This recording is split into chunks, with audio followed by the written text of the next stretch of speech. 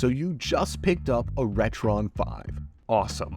This thing has so many different types of games that you can play on it, all wrapped up into one little slick machine. But before you can get to all the classics, you gotta set it up. Here is everything you'll need. An HDMI cord, the RetroN 5 power supply that came with the system, a controller of your choice, either the included RetroN 5 controller or a compatible NES, SNES, or Genesis controller. In this video I'll be using the HyperCon Scout, but any OEM or third-party controller will do. A micro USB to mini USB cable, and of course, the console itself. The most important thing when setting up this console is to make sure that you have the original power supply that came with your RetroN 5. HyperCon manufactures these in a way that they can ship them all around the world, so they come with these handy little adapters for different regions' power outlets.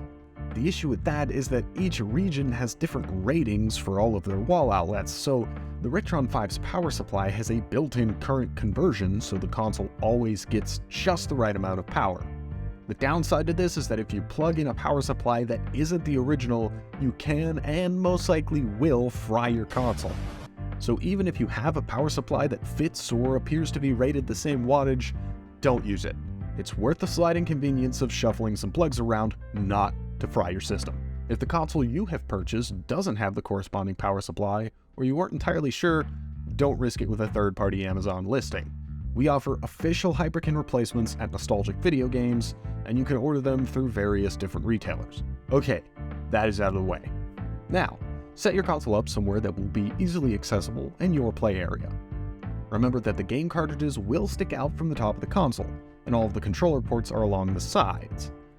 Leave enough space on either side of the console to plug in and remove controllers, as well as on the top for your cartridges. The Game Boy slot is located in the front next to the power and reset buttons, so make sure you leave enough space there as well. In the end, it's best to consider your play area and what position will be best for you.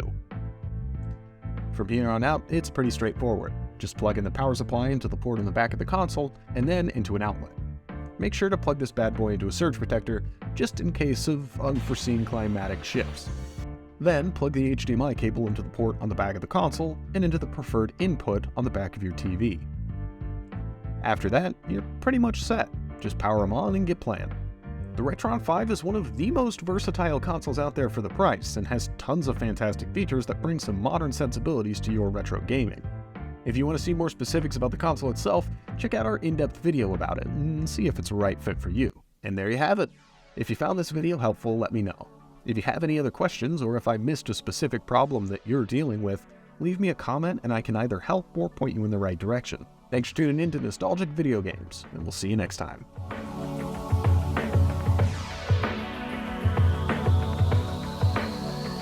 Yes, yes.